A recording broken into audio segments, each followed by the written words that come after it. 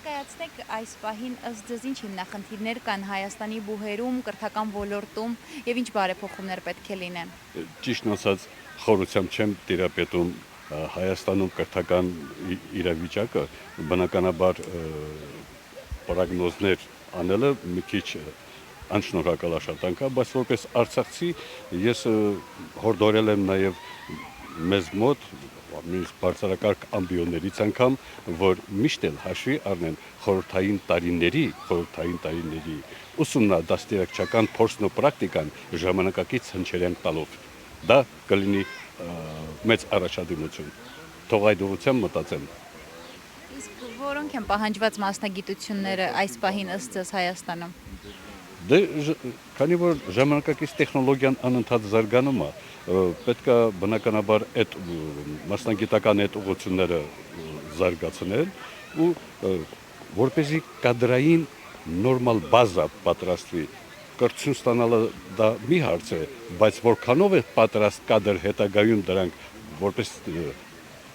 ժամանակակից առաջադիմական տեխնոլոգիաները կյանքում կիրառելու հաջողության հասնելու առումով այդքան։ Իսկ շատ ուսանողներ, ովքեր որ որոշում են իրենց ուսումը շարունակել արտերկրում կամ գնում են չեն վերադառնում կամ գնում են հետ են գալիս, ինչ պետք է անել, որ անպայման, թեկուզ եթե այստեղ չեն ստանում իրենց կրթությունը, հետ գան Հայաստան, ինչ պետք է անի Հայաստանը։ Գիտեք ինչ, դա առանձին դեպքերում գայթակղություն է, արտասահմանյան բարձրակարգ դիպլոմ ունենալը, մինչդեռ այդպես չէ, եթե կրթական համակարգը Հայաստանում ունի իր պատշաճ մակարդակը, առանձնապես անհրաժեշտ չէ, չգիտեմ, Սորբոնի համալսարան գնալ, թե որտեղ գնալ։ Պարզապես այստեղ պիտի նախարարությունը մտածի, որպեսզի զարգացում տա բոլոր ուղղություններով, որպեսզի մեր ուսանողները չգայթակղվեն արտասահմանում սովորելու համար, սովորող ով ձգտում այդ գիտելիքներ ձեռք բերել, կապ չունի, որտեղ եւ ինչպես։ Մենք միշտ էլ մեր ծրագրից, որպես նախկինում ուսանող, մենք միշտ էլ խորացել ենք, ծրագրից դուրս լրացուցիչ գրականություն ենք ընթերցել ու հիմնովին կարողացել ենք տիրապետել գիտության այդ ոլորտում, այդքան։ Դուք ասացիք, որ եկել եք Արցախի Հանրապետությունից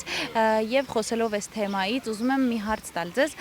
ինչ եղավ Արցախի ուսանողների ճակատագիրը, ովքեր որ այնտեղ սովորում էին ու կիսատ մնաց, ինչ եղավ ըստ ձեզ տեղյակ եք այդ թեմայից, արդյոք նրանք այստեղ հնարավորություն ունեցան շարունակելու, ինչ որ ձևով աջակցություն ստացան։ Գիտեք, ինչպես որքան ես տիրապետում եմ իրավիճակին, շատ բարդություններ է առաջացել, բայց դե պիտի հասկանան, որ ուսանողը մեղք չունի, որ ինքը հայտնվել է ցեղասպանության, այս վտարանդիության, այս ամբողջ ճակատի մեջ։ Պարզապես իշխանություններն է պետք է ըմբռնումով ընդունեն, որ այդ ուսման այդ վարձը մի քիչ ինչ-որ չափ մեղմացնեն, սա է կարևորը, որովհետև միշտ էլ կեցությունն է որոշում գիտակցականությունը, այսպիսի մի թեզ կա։